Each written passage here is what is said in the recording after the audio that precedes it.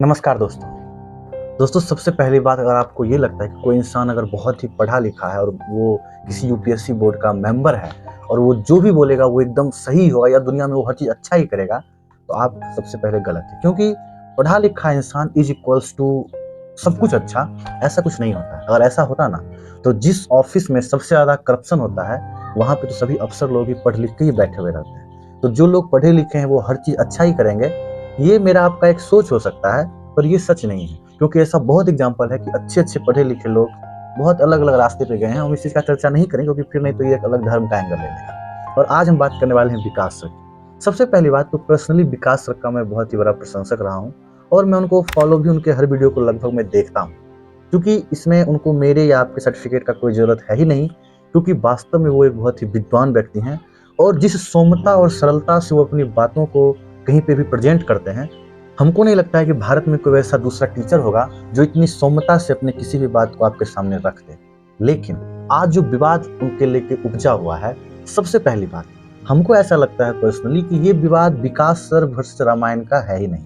तो जो लोग ये नहीं जानते हैं कि ये विवाद क्या है, वो यूट्यूब पे सर्च कर सकते हैं, विकास द्विवेदी वर्सेस रामायण विवाद। या मैं उनको थोड़ा सा ये बता दूं कि विकास सर ने किसी एक किताब का कोट करते हुए ये अपने क्लास में चर्चा किया इस बात का कि माता सीता को भगवान राम ये बोलते हैं कि जो युद्ध मैंने रावण से लड़ा वो मैंने तुम्हारे लिए नहीं लड़ा, बल्कि मैं अपनी कुल की मान मर्यादा और युद्ध को लड़ा हूँ। और माता सीता का कंपेयर उस बुक में ऐसा कहा गया है कि वो किसी कुत्ते से कर देते हैं, कुछ ऐसा है। मैं ज़्यादा उतना बोलना नहीं चाहता क्योंकि हमको सही नहीं लगता है बोलने में, क्योंकि ये ऐसी किताब में लिखी गई बातें हैं जिसको पर्सनली मैं सही नहीं मानता। अब विकास सर ने इस बात को कहा है तो आप इसको विकास सर वर्सेस रामायण कीजिए ही मत। आप अगर तर्क के कसौटी पे देखिएगा तो द लल्लन टॉक पे विकास सर का एक इंटरव्यू है जिसमें उन्होंने बहुत ही जबरदस्त तरीके से तर्क भी दिया है और उनका तर्क अपना सही भी है। लेकिन आप अगर तर्क की कसौटी पे उनके साथ जाके बहस कीजिएगा तो आप उनसे नहीं जीत सकते, क्योंकि उन्होंने इतना अध्ययन किया है जितना बुक का नाम भी आप और हम नहीं जानते। पर हाँ, आप एक चीज जरूर सोच सकते हैं कि जिस बुक का कोट करके, जिस बुक का रेफरेंस देके वो आपको ये बातें बता रहे हैं, वो बुक कितना ऑथेंटिक है। क्योंकि उन्होंने खुद इस बात को बोला था उस इंटरव्यू में कि ये बातें उस लेखक के द्वारा कही गई है, ना कि भगवान राम के द्वारा। और ये बात उन्होंने इंटरव्यू में बहुत ही सहजता से बताई और ये एक अच्छी बात है कि उन्होंने इस चीज़ को स्वीकार किया। क्योंकि हमको नहीं लगता है कि विकास सर कोई रामायण विरोधी लोग होंगे। उनके इतने सारे वीडियो देखने के बाद हमको तो ऐसा कुछ नहीं लगता और आप भी इस चीज़ को मत सोचिए। विकास सर कोई रामायण विरोधी लोग नहीं है, क्योंकि उन्होंने जिस चीज़ को पढ़ा है आप उस चीज़ को देखिए वो कहाँ से पढ़े हैं। तो जिस बुक का उन्होंने कोट किया है, उन्होंने बोला है कि गीता प्रेस की जो एक पुस्तक है उसमें उत्तर रामायण में ये बातें लिखी। हालांकि उत्तर रामायण में ये कुत्ते वाला बात का चर्चा नहीं है, ये बात उन्होंने दिखाया भी है। लेकिन ये चर्चा है कि भगवान राम ने माता सीता को ऐसा बोला है कि ये युद्ध उन्होंने उसके लिए नहीं लड़ा। तो सबसे पहली बात, उत्तर, उत्तर काल या उत्तर रामायण, उत्तर है क्या? उत्तर का मतलब होता है कि बाद में लिखी हुई चीज। रामायण, यही वाल्मीकि रामायण। तुलसी रामायण में तो युद्ध कांड के बाद कुछ है ही नहीं, राज्याभिषेक होता है और बस खत्म। वाल्मीकि रामायण का अगर वो रेफरेंस दे रहे हैं तो वाल्मीकि रामायण में भी आर्ष प्रकाशन की एक किताब है जिसमें युद्ध कांड के बाद राज्याभिषेक, उसके बाद उत्तरकांड का चर्चा है ही नहीं। यहाँ तक कि बचपन में अगर आपने रामानंद सागर की रामायण देखी होगी तो जब रामायण का राज्याभिषेक हो जाता है लास्ट में युद्ध के बाद, तो रामानंद सागर टीवी पे आते हैं। मैंने इस बार लॉकडाउन में देखा था तो इसलिए हमको याद है। और वो इस चीज को कहते हैं कि दोस्तों रामायण यहीं पे खत्म हो जाती है। इसके बाद जो लवकुश वाला कांड है उत्तर रामायण, मैं इस चीज को पर्सनली नहीं मानता क्योंकि ये कोई ऑथेंटिक बुक से नहीं है। पर वो जनता के डिमांड पे और उस वक्त के शायद प्रधानमंत्री के हस्तक्षेप के कारण भी उत्तर रामायण को भी मैं आप लोगों के सामने दिखा रहा हूँ। तो रामानंद सागर ने भी इस चीज को कोट किया है कि उत्तर रामायण एक कोरी कल्पना है। अब ये चीज मैं क्यों मानूं? बाकी किताब और बुक का रेफरेंस मैं आपको बाद में दूंगा, सबूत।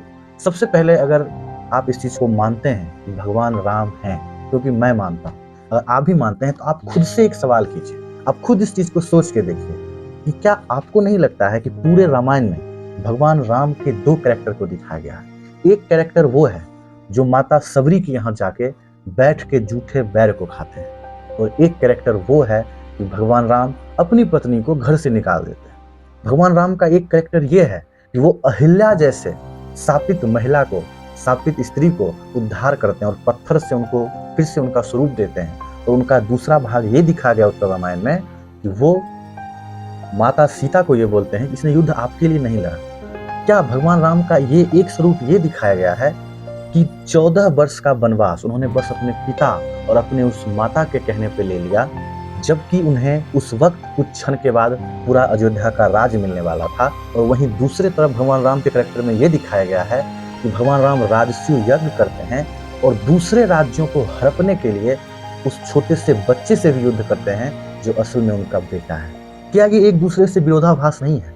भगवान राम जटायु जैसे पक्षी को भी अपने गोद में बैठा के अपने पिता का दर्जा देते हैं, उसे पिता तुल्य मानते हैं। इतना दया भाव उनमें दिखाया गया है। पर दूसरी तरफ दिखाया गया है कि वो अपनी गर्भवती पत्नी को उस गर्भ के स्थिति में उस बीच जंगल में छोड़ाने के लिए कहते हैं, जहां सिर्फ और सिर्फ उनकी मौत ही होती। क्या यहाँ पे आपको विरोधाभास नहीं लगता है? आपको नहीं लगता है कि भगवान राम का जो कैरेक्टर हमने शुरू में देखा है, उत्तर रामायण उसके बिल्कुल उलट दिखा रहा है। उत्तर रामायण में एक सिमुक बध का चढ़ता है। आप खुद सोच के देखिए कि जो भगवान राम निषाद राज के साथ एक स्कूल में पढ़ते हैं, जटायु को जो खुद अपने हाथों से अर्पण करते हैं, निषाद राज के गले मिलते हैं, सबरी के जूठे बैर खाते हैं, वो सिमुक की हत्या सिर्फ इसलिए कर देंगे क्योंकि वो शूद्र था। क्या आपको ये चीजें पच पाती हैं? हमको तो नहीं पचती है कि ऐसा दो कैरेक्टर। फिर ऐसा तो नहीं है कि भगवान राम के शरीर में कोई दूसरा जाता है उत्तर रामायण में, राम तो वही रहते हैं जो पहले थे। इतने मर्यादा पुरुषोत्तम राम से इतनी सारी गलतियां उत्तर रामायण करवाती है, जो आपको और हमको ये सोचने के लिए मजबूर कर देती है कि कुछ ना कुछ षड्यंत्र है। जिस गीता की बात विकास सर कर रहे थे, ये सर को भी पता होगा कि जय संहिता में 10,000 श्लोक थे, जिसको कि हम लोग पुराना महाभारत कहते हैं, और अभी के महाभारत में 1 लाख के आसपास। ये 10,000 से 1 लाख कहाँ से आया? पहले तो 10,000 ही था। तो फिर हम और आप ये चीज क्यों नहीं इस चीज को समझ रहे हैं कि इसको ऐड किया गया है? और ये एक विडंबना रहा है कि इस चीज पे कोई छानबीन या इसको रोकने वाला कोई नहीं है। उत्तर रामायण तुलसीदास जी ने नहीं लिखी है।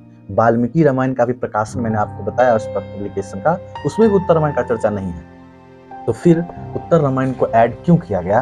क्योंकि हमारे और आपके सामने भगवान राम की छवि को धूमिल करना था। तो विकास सर एक और बुक का रेफरेंस देते हैं, रामोपाख्यान। उन्होंने कहा है कि महाभारत में जो ये श्लोक का चर्चा है, रामोपाख्यान में भी इस चीज को बोला गया है कि जैसे कि कोई कुत्ता घी को चख लेता है तो वो जूठा जाता है, वैसे ही सीता माता का बोला गया है।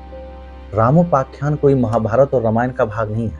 रामोपाख्यान एक अंग्रेज के द्वारा लिखा हुआ बुक है, जो कि आप स्क्रीन पे देख सकते हैं। तो हम इस बुक को सही माने, और जो तुलसी रामायण, वाल्मीकि रामायण सही जो पहले शुद्ध लिखा हुआ है, हमको रिफरेंस ही लेना है, तो हम अपने पुराने बुक का क्यों ना लें कि 2002 में लिखा हुआ बुक के बारे में हम चर्चा करें कि इसमें कुत्ता और ये वो चर्चा किया गया है, कुत्ता से कंपेयर किया गया है, राम ऐसा बोले हैं। ये कौन होते हैं भगवान राम के बारे में लिखने वाले? इनको क्या पता है कि राम क्या थे? इनके लिए तो एक कहानी कल्पना है।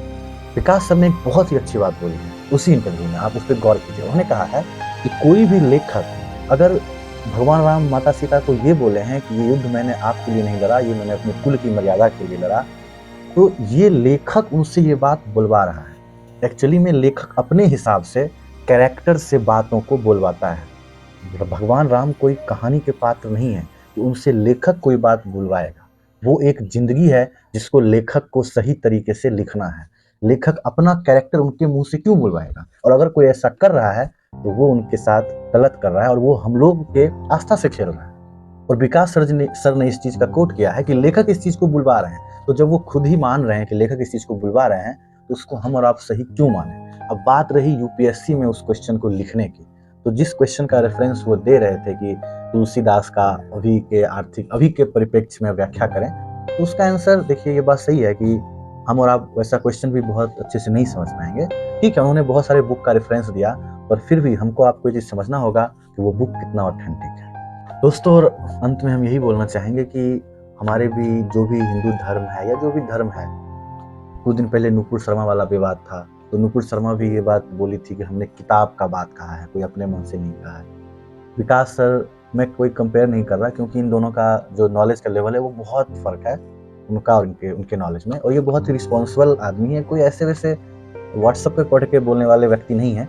पर एक चीज़ जो मैं ये चीज़ जरूर बोलूँगा कि इतनी सारी किताबें हमारे यहाँ उपलब्ध हो गई हैं जो कि रामायण को तोड़ मरोड़ रही हैं, तो ये हमारा और आपका ये फर्ज है कि ऐसी किताबों से दूर रहें और जो सही ऑथेंटिक बुक है उसको पढ़ें। और इस विवाद के बारे में, चूँकि मैं उस लेवल पे नहीं हूँ कि मैं विकास सर को कुछ बोल पाऊँ या फिर मैं जो रामायण को मानने वाले हैं उनको कुछ समझा पाऊँ, पर्सनली मैं बस यही कहूँगा कि ये विवाद ज़्यादा कुछ इसमें विकास सर वर्सेस रामायण आप लोग नहीं करें।